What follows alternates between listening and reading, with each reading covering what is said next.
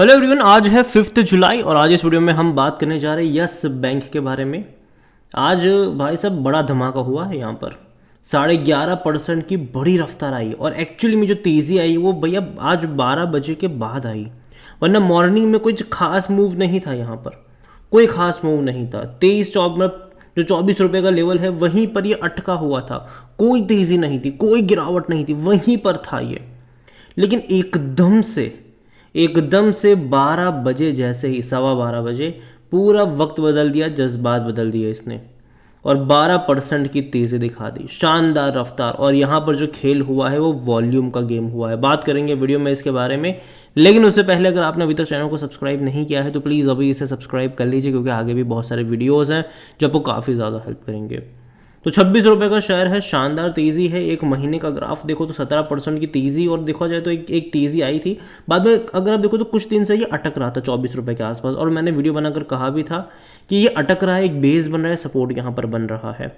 और अभी भैया एकदम से फट गया है ये।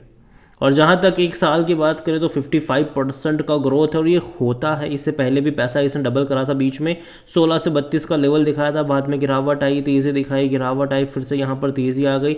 खबरों के ऊपर बहुत कुछ डिपेंड करता है। यहाँ पर जब भी अच्छी खबर आती है तेज़ी आती है, बाद में फिर से गिरावट आना शुरू हो जाती है। लेकिन लॉन्ग टर्म के लिहाज से मैं पहले भी बोल चुका हूँ कि अगर आपकी लोअर लेवल पर बाइंग है तो ख़राब नहीं है ये, तब मौके बन सकते हैं यहाँ पर बने रहने का। लेकिन आपको टाइम देना पड़ेगा, क्योंकि होगा यही कि ऐसे मूव्स दिखाएगा ये। जो आज 12% की तेज़ी देखने को मिली, हो सकता है कि 1-2 महीने तक कुछ भी ना करे, कहीं पर भी मतलब थोड़ी बहुत गिरावट दिखाकर कुछ भी ना करे, कहीं पर भी ना जाए, लेकिन बाद में दोबारा 10-12% की एक तेज़ी दिखा देगा। तो ये होगा यहाँ पर, और इसमें न्यूज़ का जो पार्ट होगा वो काफ़ी इंपॉर्टेंट होगा। यहाँ पर अगर आप खबरों की माने तो भैया 13% तक का जंप आज हमें यहाँ पर देखने को मिला इंट्राडे में, और स्टॉक में बहुत बड़ी तेज़ी आई। जो आज का जो हाई बना था वो 27 रुपये के करीब का था इसका। और यहाँ पर अगर हम देखें तो वॉल्यूम्स बड़ी क्वांटिटी में आए हैं, हैवी वॉल्यूम्स। बीएससी में अगर आप देखो तो मतलब 12.47 करोड़ के शेयर जो है उसके हैंड एक्सचेंज हुए हैं यहाँ पर। ये बहुत बड़ी बात है, काफ़ी बड़ी बात है। और यहाँ पर अगर आप देखोगे तो यहाँ पर ऑर्डर्स जो है, सेल ऑर्डर्स, यहाँ पर अगर आप देखोगे बाय ऑर्डर्स भी अगर आप देखते हो तो वो यहाँ पर काफ़ी बड़ी मात्रा में देखने को मिल रहे हैं।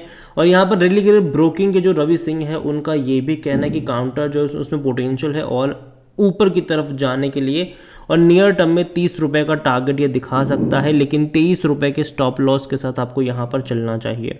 दूसरी तरफ अगर हम देखें तो यहाँ पर जो प्रभुदास लीलाधर के जो टेक्निकल रिसर्च एनालिस्ट है उनका कहना है कि स्टॉक जो है वो कंसोलिडेट करा था पिछले कुछ टाइम से, और एक सपोर्ट यहाँ पर 23.70 रुपीज़ के आसपास का है, with a huge bullish candle formation on daily chart. It triggered a clear breakout basis pattern अगर आप देखोगे यहाँ पर। और यहाँ पर नहीं, जो इनका भी टारगेट है वो 28.55 रुपीज़ के आसपास का उनका टारगेट है। और जो सपोर्ट है करंट लेवल से वो तकरीबन 25 रुपीज़ के आसपास देखने को मिल सकता है, ये उनका कहना है यहाँ पर। और देखा जाए तो पिछले कुछ टाइम में कब इसने अच्छा परफॉर्म करा है, लेकिन इनके बिजनेस अपडेट की बात करें Q1 की, तो एक स्ट्रॉन्ग ग्रोथ यहाँ पर देखने को मिल रही है डिपॉजिट्स और एडवांस में। बैंक्स का जो लोन एंड एडवांस अगर आप देखोगे तो वो तकरीबन 15% अप रहा है ईयर ऑन ईयर बेस पे, तकरीबन 2.30 लाख करोड़ के आसपास रहा है जून क्वार्टर में, जो कि पिछले साल इसी क्वार्टर में 2 लाख करोड़ के आसपास का देखने को मिल रहा था। तो जंप जरूर है, लेकिन हाँ यहाँ पर अगर आप बात करने की जाओगे यहाँ पर इनके बैंक्स के डिपॉजिट्स की, तो वहाँ पर भी ग्रोथ है 20% का ईयर ऑन ईयर बेस से अगर हम कंपेयर करते हैं तो। इसका जो कासा रेशियो है वो 30.70% के आसपास देखने को मिल रहा है अप्रैल जून क्वार्टर में, जो कि पिछले साल इसी क्वार्टर में 29.40% के आसपास का था। तो नंबर्स अगर आप देखो तो ठीक ठाक है, उतने भी बुरे मैं नहीं कहूँगा। लेकिन आज जो खेल चला है वो वॉल्यूम का है। आज 98 करोड़ तक के शेयर ट्रेड होते नजर आए, 98 करोड़, और ये बहुत बड़ा नंबर है ये। और जहाँ तक अगर हम इसके ऑल टाइम हाई की बात हो तो एक टाइम था जब ये 400 रुपये के आसपास ट्रेड कर रहा था, और एक टाइम था जब ये 5 रुपये के आसपास भी ट्रेड कर रहा था।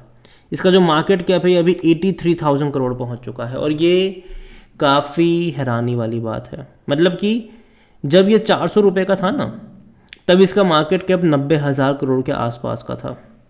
आज 26 रुपये का है और इसका मार्केट कैप ऑलमोस्ट उतना ही पहुंच रहा है अभी के टाइम पर। तो इसका मतलब ये है कि शेयर्स की डंपिंग बहुत ज़्यादा हुई है। जितने शेयर्स पहले हुआ करते थे आज उससे कई ज़्यादा शेयर्स यहाँ पर है। और उसकी वजह भी यही है कि भाई साहब जब बैंक डूब रहा था, बर्बाद हो रहा था, तो पैसा रेज करा गया था। बैंक जब डूब रहा था तो एसबीआई के साथ कई सारे बैंक्स यहाँ पर आई और 10 रुपये के भाव पर इक्विटी खरीदी इन्होंने और 10,000 करोड़ रुपए रेस करे, मतलब और 1,000 करोड़ शेयर्स यहाँ पर डंप करे गए। बाद में जब एफपीओ के ज़रिए भी पैसा रेस करा गया तो यहाँ पर 15,000 करोड़ रुपए रेस करा गया और 12-13 रुपये के भाव पर, तो और शेयर्स की यहाँ पर डंपिंग हुई। तो ये चीज़ें ज़रूर है, यहाँ पर शेयर्स की डंपिंग डेफिनेटली यहाँ पर हुई, जिसके चलते जो वैल्यू होती है शेयर्स की वो गिर जाती है। तो मार्केट कैप भले ही इनका बढ़ गया लेकिन वैल्यू जो है शेयर्स की वो यहाँ पर गिरती हुई हमें नज़र आई।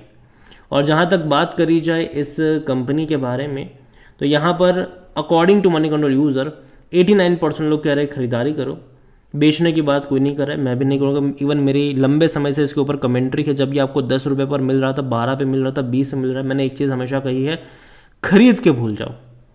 लेकिन आपको टाइम देना पड़ेगा और वो भी 2-3 महीने का नहीं, आपको 3-4-5-6 साल आपको इसको देने पड़ेंगे और डिसेंट रिटर्न की एक्सपेक्टेशन के साथ।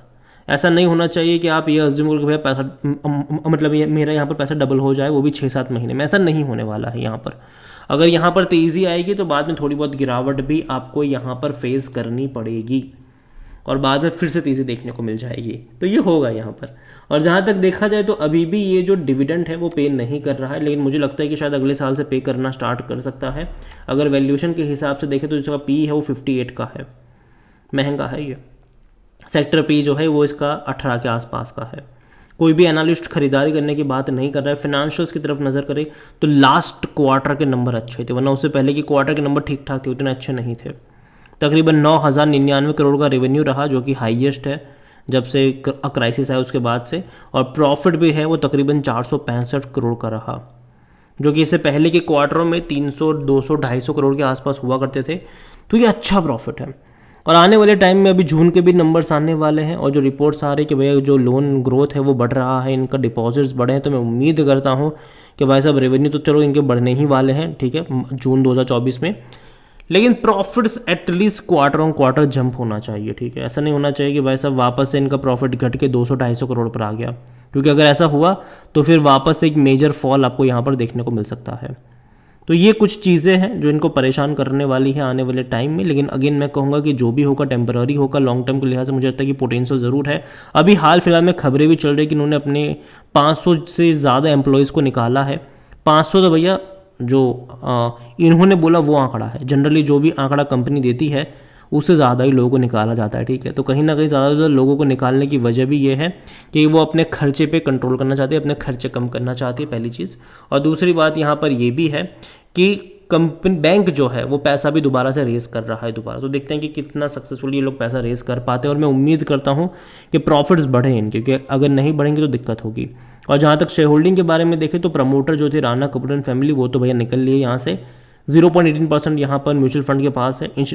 डोमेस्टिक इंस्टीट्यूशंस यहाँ पर 38.12% पर है और जो एफआईल्स है वो 28.42% की होल्डिंग लेकर बैठे हैं। रिटेल और अदर की मिलाकर 33.29% की तेज़ी है, जिनमें से जो रिटेल इन्वेस्टर है वो 22.31% पर, जो अदर पार्टीज़ है वो 10.98% पर है।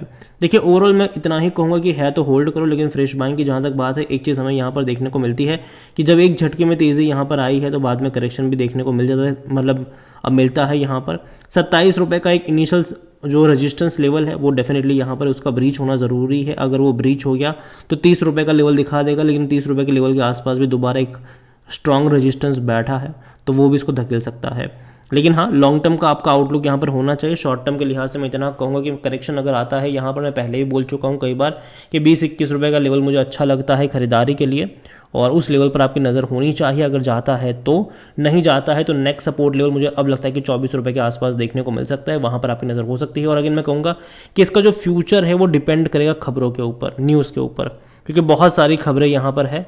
इन एसबीआई एग्जिट भी करना चाहता है, धीरे धीरे एसबीआई अपना हिस्सा भी बेच रहा है यहाँ पर, वो भी एक बहुत बड़ी खबर है। और एसबीआई यहाँ पर किसी बड़े प्लेयर को लेकर आएगा जिसको 51% का स्टेक वो लोग बेच पाए, तो ये सारी चीज़ें हैं यहाँ पर। तो मैं इतना ही कहूँगा कि नज़र रखिए इसके ऊपर, लेकिन खबरों के ऊपर बहुत सारा दारोमदार रहेगा। तो यहाँ पर फंडामेंटली तो आप कुछ नहीं कह पाओगे, क्योंकि अगर कोई खबर आ गई भैया ये लोग बेच रहे हैं तो दिक्कत भी होगी यहाँ पर, लेकिन अगर कोई खरीद रहा है तो कोई दिक्कत भी नहीं होगी। कोई बड़ा प्लेयर यहाँ पर आना ज़रूरी है, जो कि SBI अब इससे पीछा छुड़ाना चाहता तो है, लेकिन कोई बड़ा प्लेयर मेरे हिसाब से मुझे नहीं लगता कि यहाँ पर आने वाला है, और लंबा प्रोसेस यहाँ पर इसी के चलते खींचने वाला है। पूरा IDBI बैंक वाला ही केस यहाँ पर होने वाला है। तो देखते हैं क्या होगा।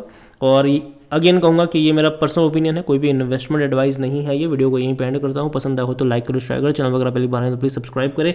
और यस बैंक के बारे में आप क्या सोचते हैं वो भी आप मुझे कमेंट में लिख के बता सकते हैं। Thank you.